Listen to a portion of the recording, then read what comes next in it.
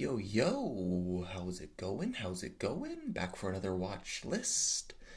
Closing out Monday, December 16th, and tomorrow, the 17th.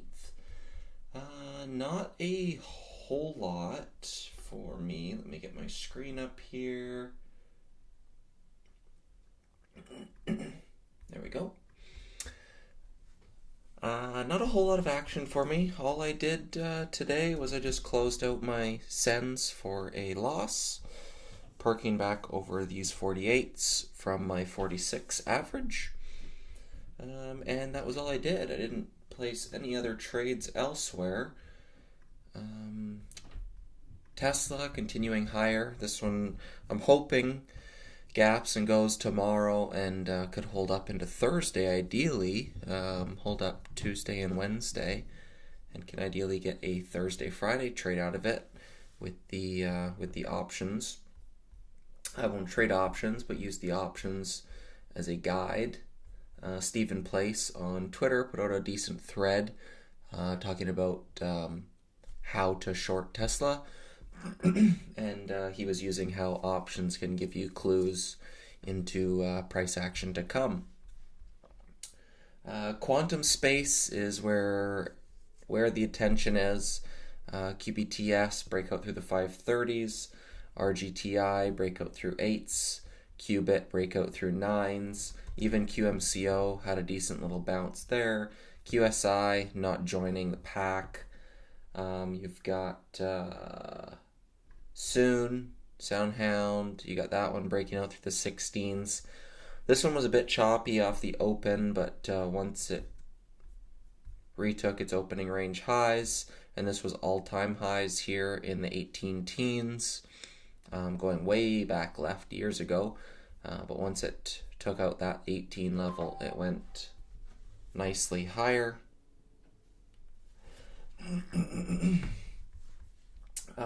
Let me see here. Let's look at the intraday on all these. It was a bit tough. So I was around, price alerts going off for this 530 break. And I don't know what it was. Buying this 540s break, I'm having to risk low a day, so I'm risking 60 cents on a $5 name is over 10% risk, which I don't typically love. A 60 cent risk, and then no other point in the chart gave a scale opportunity to move risk up. So like something like this could have shaken me out. I doubt I would have made it all the way to 7s. I'm thinking something like this where you get the high day break and quick fail. I'm thinking something like that likely shakes me out. Just being in all honesty here, I did contemplate this swing idea. Yesterday was a strong green day, closing right up near the highs. Anyone who was long overnight likely got shaken out into one of these pulls. It wasn't looking very constructive, basically until the 540s broke. And then once QBTS started to break out, then you started getting the sympathies going along with it. Qubit there through the 920s. And you can see how far this is off the lows if you're looking for this 920 break and not trying to anticipate the breakout, but just playing the breakout for face value. And there's no reasonable risk level to use other than low a day. So just in my books, there is no entry to that. Like you're getting dip lows here, but this is still 70 cents above the breakout level. You're getting pullbacks here. Could make a case for buying this pullback versus these lows, but when buying a breakout, I don't like having risk above the breakout level. I like using the either low a day or the prior low before the breakout.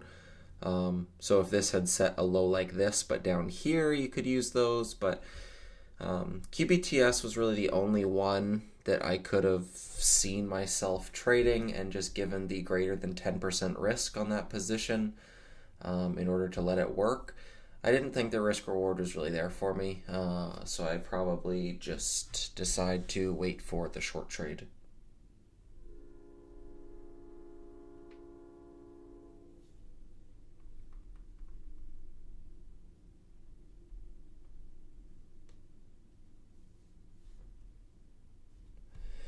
And then outside of that, Lace put out another offering here. I haven't looked at the details on it. Let me pull that up.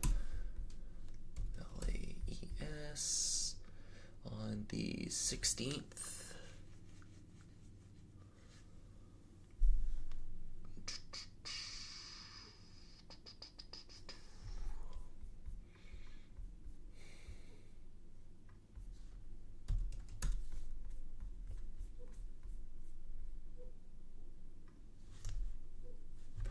Priced at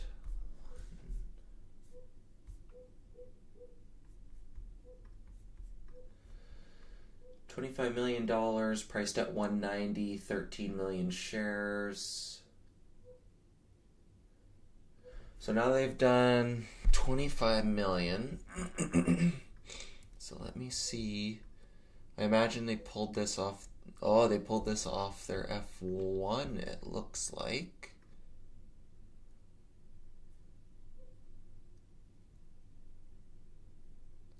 And they didn't post that 130 offering until today at 6:44 this morning. They dated it the 12th, but they posted it this morning, 6:44 Eastern. And that was the $10 million. And what one was this pulled off of? So the one of the 10 mil is exactly what we were suspecting when I had gone over it with them not having the full room based on their baby shelf. So they did pull that 10 mil one off the F3, which was limited to the highest close of the prior 60 days and the 1/3 of the public float. But this one that they just put out today, the B3, which was prospectus supplement right at resale from time to time by selling shareholders, aggregate of 40 million ordinary, 2.5. Excuse me.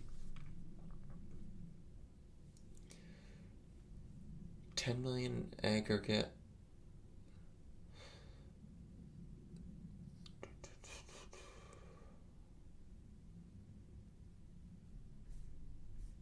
Man, where is this?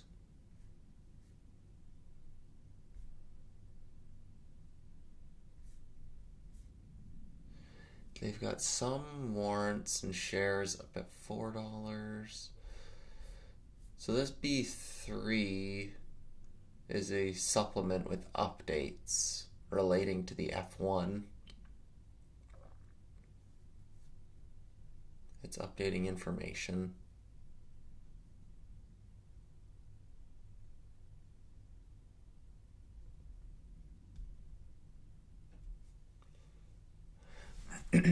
So given this, we should be able to get an accurate share count somewhere in here. Let's see. Outstanding.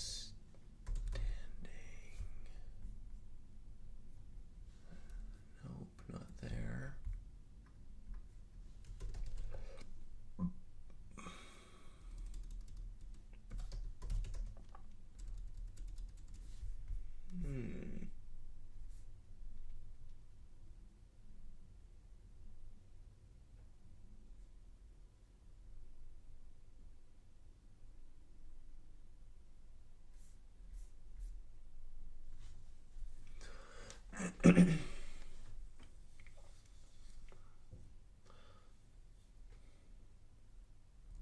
The closing of the registered direct offering is expected to happen on the 16th, which is why they posted it today. Gross proceeds of 10 million. So this is the one from the 12th still.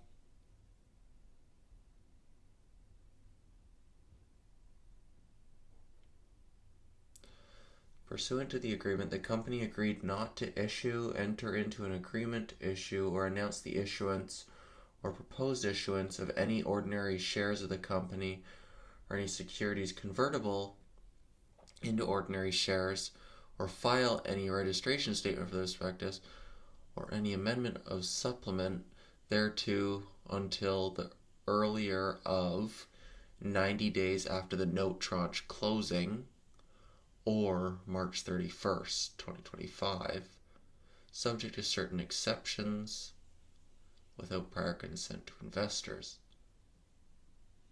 Not to effect or enter into agreement to effect any ordinary shares convertible or exercisable involving a variable change until 180 days. In addition, the company agreed the terms of the warrants issued by the company to the investors will be modified as of the closing date.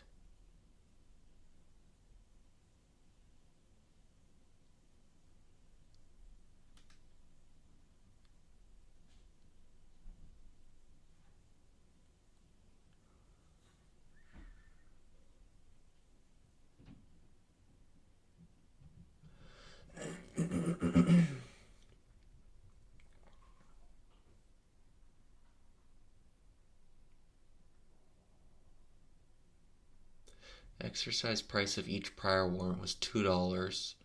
It's going to get lowered to $1 by January 16th, 2025.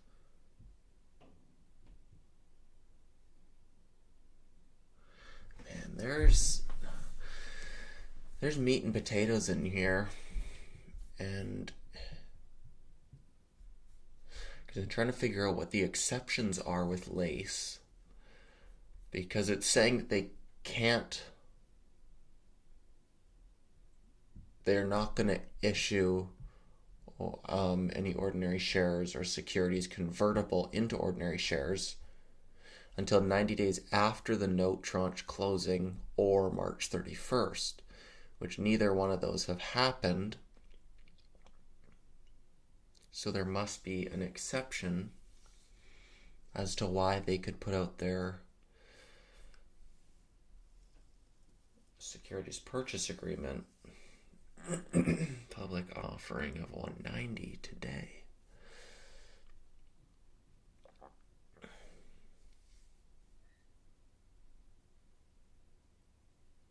Further, the company agreed that if the company and purchasers do not close an additional convertible note tranche in an aggregate principal amount of $10 million to a certain securities purchase dated this as amended to January 6th. So that's the note tranche closing of January 16th. So they can't, man. Because that one line there, subject to certain exceptions, is what's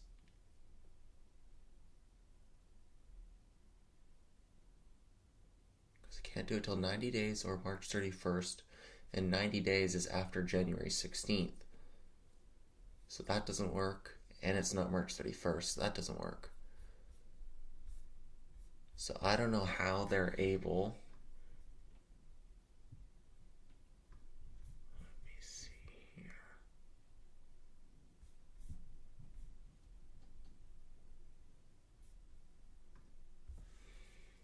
Announced that it has entered into a securities purchase agreement with several institutional investors to purchase 13.1 million ordinary shares, public offering price of 1.9 for gross proceeds of 25 million.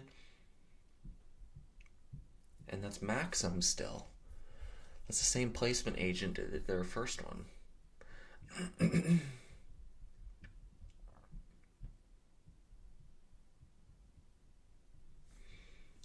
Still has saying that they're going to fund their next generation post-quantum semiconductor.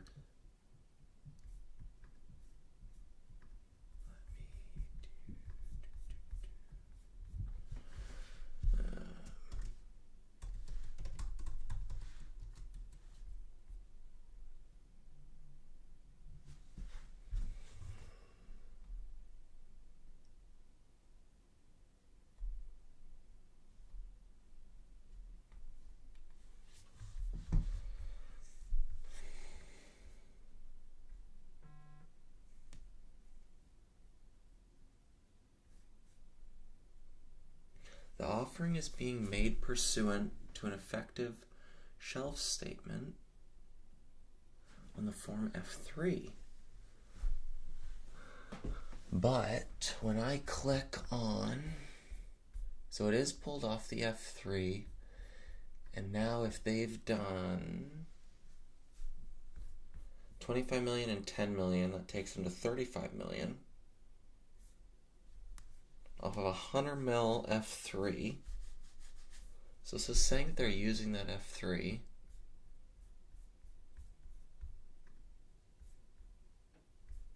Okay. But they haven't released the filing of it yet.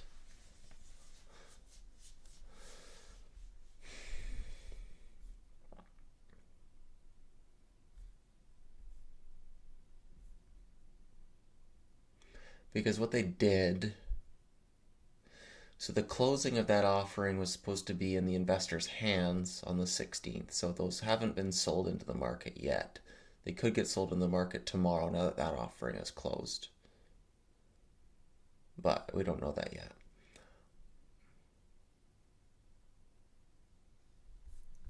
So this $25 million one from today on the F3 333 283358, which is the same one as that 10 million one. So they've used 35 of that 100 mil shelf,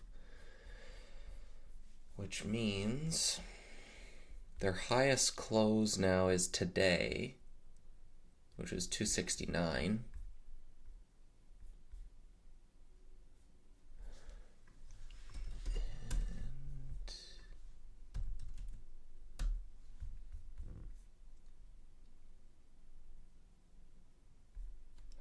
The convertible notes are almost fully converted. And they have 63 million outstanding at a... Okay, so they're over that baby shelf restriction now. 63 million at a 269 close puts them over that baby shelf, so they can use that whole thing now.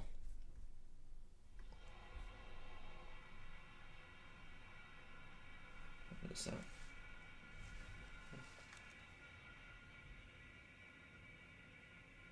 What's that noise?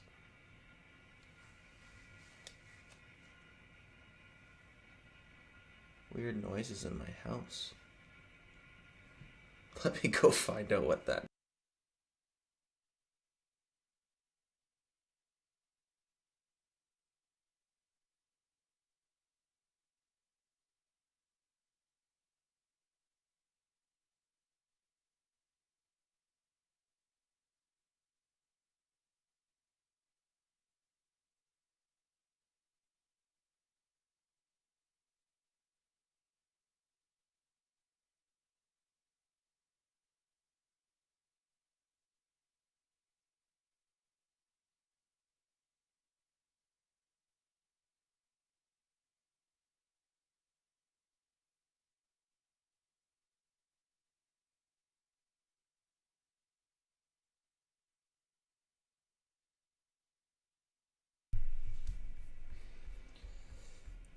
Okay, so that kind of solves that mystery for their offering stuff, which was all I really needed to know. So they'll likely post their offering like they did this one. From the 12th, they post on the 16th, so this one will get posted in a couple days, I imagine. Then we'll get an updated share count again.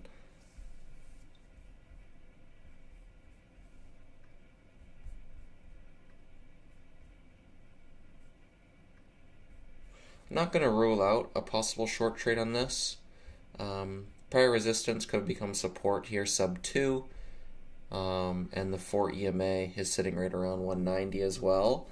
So a bit of confluence with that 190 range. So I'd likely be using pops towards $3 over under, using prior resistance that became support, and now I'd like to see it become resistance again.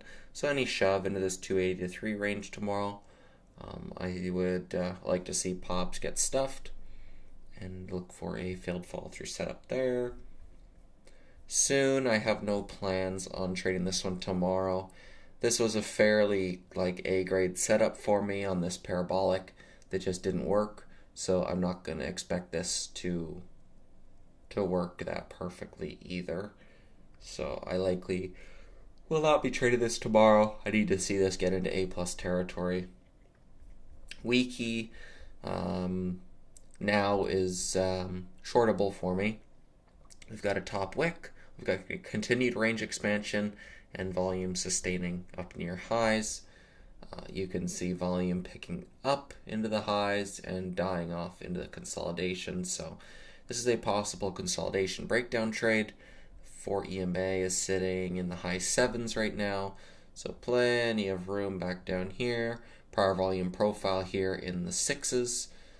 So in a case that this opens red and prior support becomes resistance, I'd be looking for opening range breakdowns to join for a first red day here. If lace just completely dies and I don't get those pops in a 280 and 3, I likely look at Wiki as the sympathy to get the same trade out of it. This one is a much more extended daily, but I think is moving partially in sympathy to this one. So I would be keeping an eye on lace and not trading this one in a vacuum, but this is a more ideal daily chart than that one. AMPG, this one was a liquidity trap type squeezer. Back here from day one, Nate was noting some levels that he was noting some trappy action before it squeezed out into the close. And then you get this weak open, and he's noting that for a trap and re-break, etc. So when Nate starts to get his antenna up, I'm not good at identifying that kind of action when there's soakers and trappy action in the tape. I don't know what any of that means. I'm sure it comes with experience, but I'm not there. So I use his read a lot of times on names and levels like that when he sees how they react. But what I do see is each pop into $3 getting stuffed. You can see the top wicks here on the daily. So in the event that this does break through 3 and dips start to support first $3, I would be looking for that 320 breakout. So I'd set price alerts through 3 and look for that possible break down the road. Saidu, massive runner today, up 280% right now, but it's up from 150 as high as 7 today. Big parabolic there. This is an aerospace name, so that sector is still in play. Oh, excuse me. But this isn't usually a play for me tomorrow. But if we get a big enough gap up, I could trade it as an overextended gap up. But if this is trading right around here, yes, it is extended, but I prefer multi-day runners instead of trying to capture a range within just a one-day candle. So I would look to let it play out tomorrow and then possibly pick up the pieces on Wednesday. TNXP, this one is a habitual diluter, just an absolute POS of a name. If you zoom out, this chart, I think, kind of does it justice when I keep zooming in and the price just keeps getting smaller and smaller. So the bigger this thing gaps up tomorrow, the more likely I am to lean to the short side. Nice strong close and squeeze out. When names close this strong, typically there's no reason for longs to sell.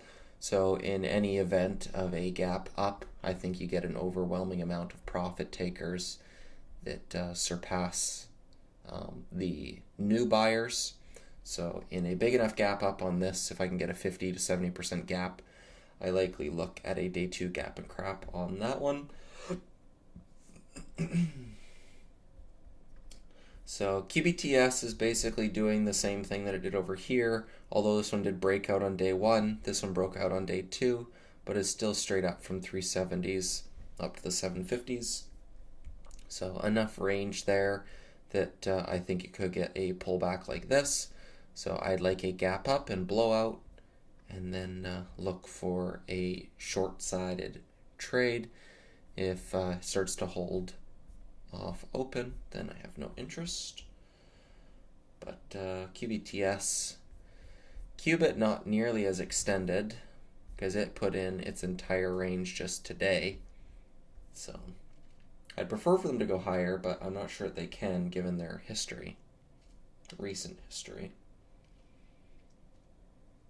So main watches tomorrow are Lace, Wiki, and TNXP, and then AMPG as a back burner. Those 4 names will be my watches. Chris is in the chat. Base Hunter is looking at GXAI. Yeah, that one's failed like too many times. Does have sufficient dollar volume. I'm not going to be too upset missing this one. Kind of like BBAI, where I was one day too early and it bounced today right off the open.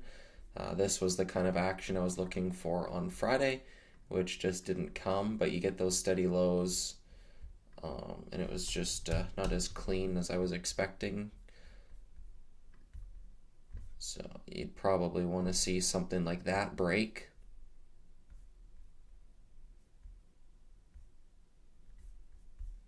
I don't hate the idea.